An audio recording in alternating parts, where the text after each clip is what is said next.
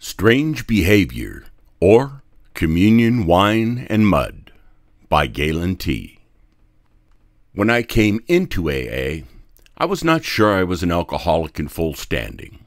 Unlike most of the other members I heard speak, I had not drunk every day and had never drunk myself into a blackout.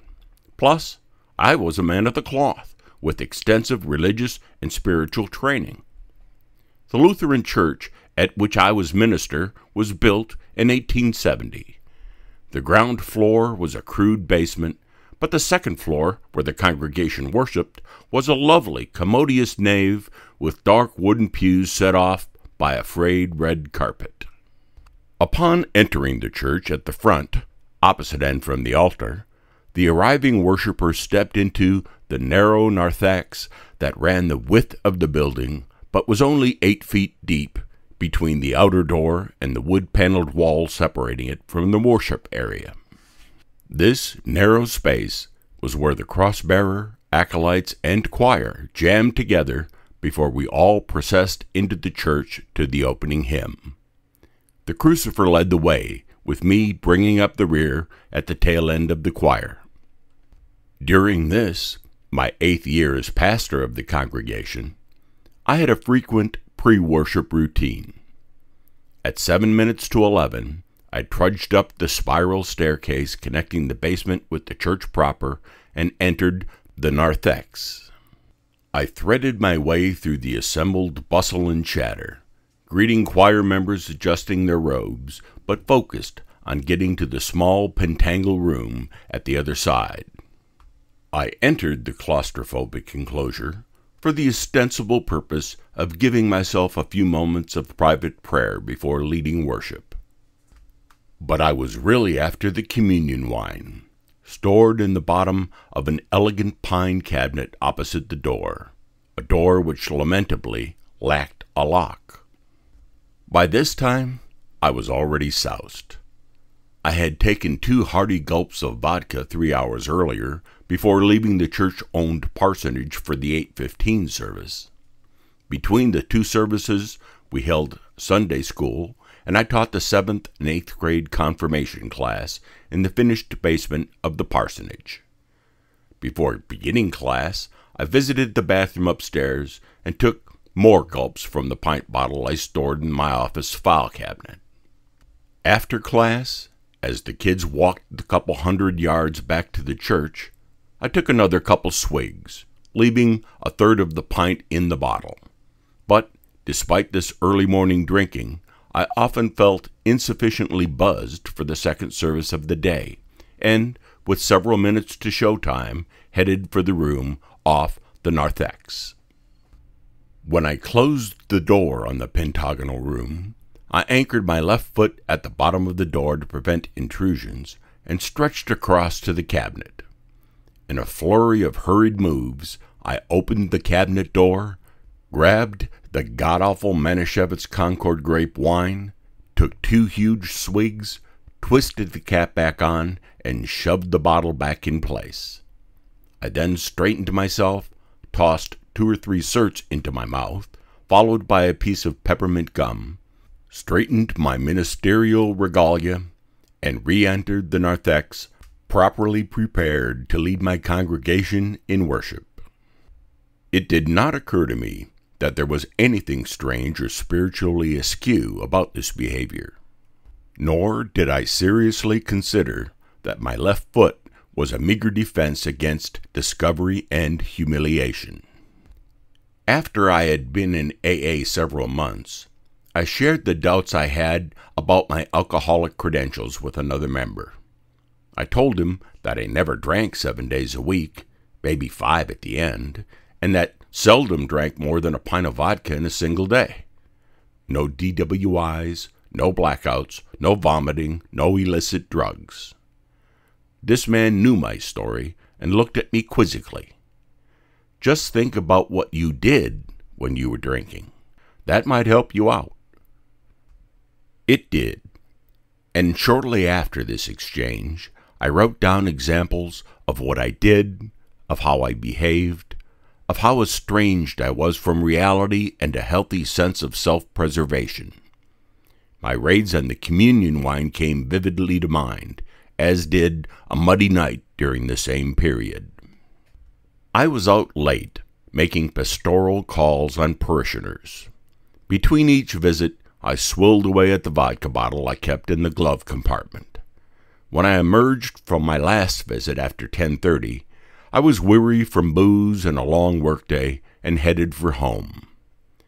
As I headed down the hill toward the parsonage in which my wife and 2 children were sleeping, I impetuously turned into the driveway of my current girlfriend. I knew her husband was gone and that her own 2 children were long asleep. It had been a stormy day and the rain was still coming down in gusts. I eased my Corolla carefully down the slope of Sandy's muddy dirt driveway. When I reached the house, I made out the outlines of a car I did not recognize and decided I should reconnoiter the grounds before knocking on the door.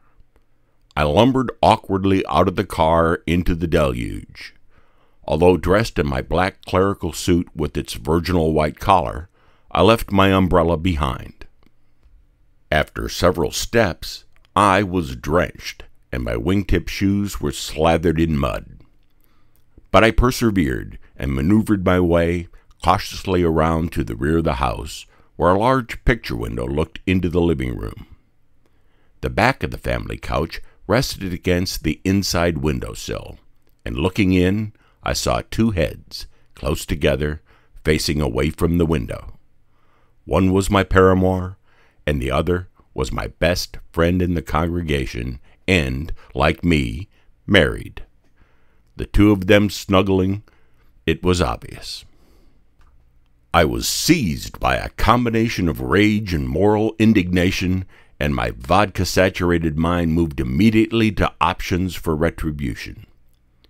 Gazing around the small backyard that merged into a wooded area, I spotted an appealing-looking rock near the trees. I squished my way over and picked it up. 15 pounds, I guessed, hefty enough to make quick work of a picture window. I lugged the rock over to within 10 or 12 feet of the window. The rock was too heavy to throw like a baseball, and I never liked heaving round objects from between my legs, never mind the slippery conditions created by the rain. So I lifted the rock over my head and took a running start toward the house. I had not thought this through properly, and on my 4th step forward, my left foot slipped on the wet grass, sending me toppling backwards. Before hitting the ground, I released the rock, but still sustained a hard thump when the back of my head hit the ground. I lay there for several minutes, spread-eagled and dazed, with the image of Christ on the cross dancing through my mind. I decided to call it a night. I cautiously rose to my feet, slipping and falling again twice, but noting that the snugglers were oblivious to the drama unfolding a few yards behind them. I gingerly made my way around the side of the house to my car. As I backed up the driveway, with my suit dripping and covered in mud, my nostrils alerted me to the dog shit that was also smeared over the back of my coat. I drove the short distance to my house, still angry.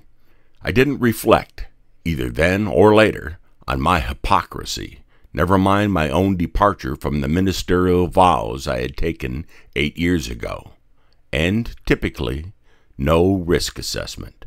After all, I was untouchable. About the author, Galen T. Galen spent most of his career in the ministry and in mental health and career counseling. He has published numerous articles as a career consultant. He is now an independent writer focusing on the application of personal narrative to addiction recovery and life generally. He has been sober since 1995 and is active in several of his local AA groups. Artwork by Jan A. To read the original print version of this story, Strange Behavior or Communion Wine and Mud, simply go online and visit the website aabeyondbelief.org, and you'll find it under Menu, Personal Stories, dated June 4, 2017. For more stories, articles, and podcasts, please visit our YouTube or SoundCloud channels. Just search for AA Beyond Belief.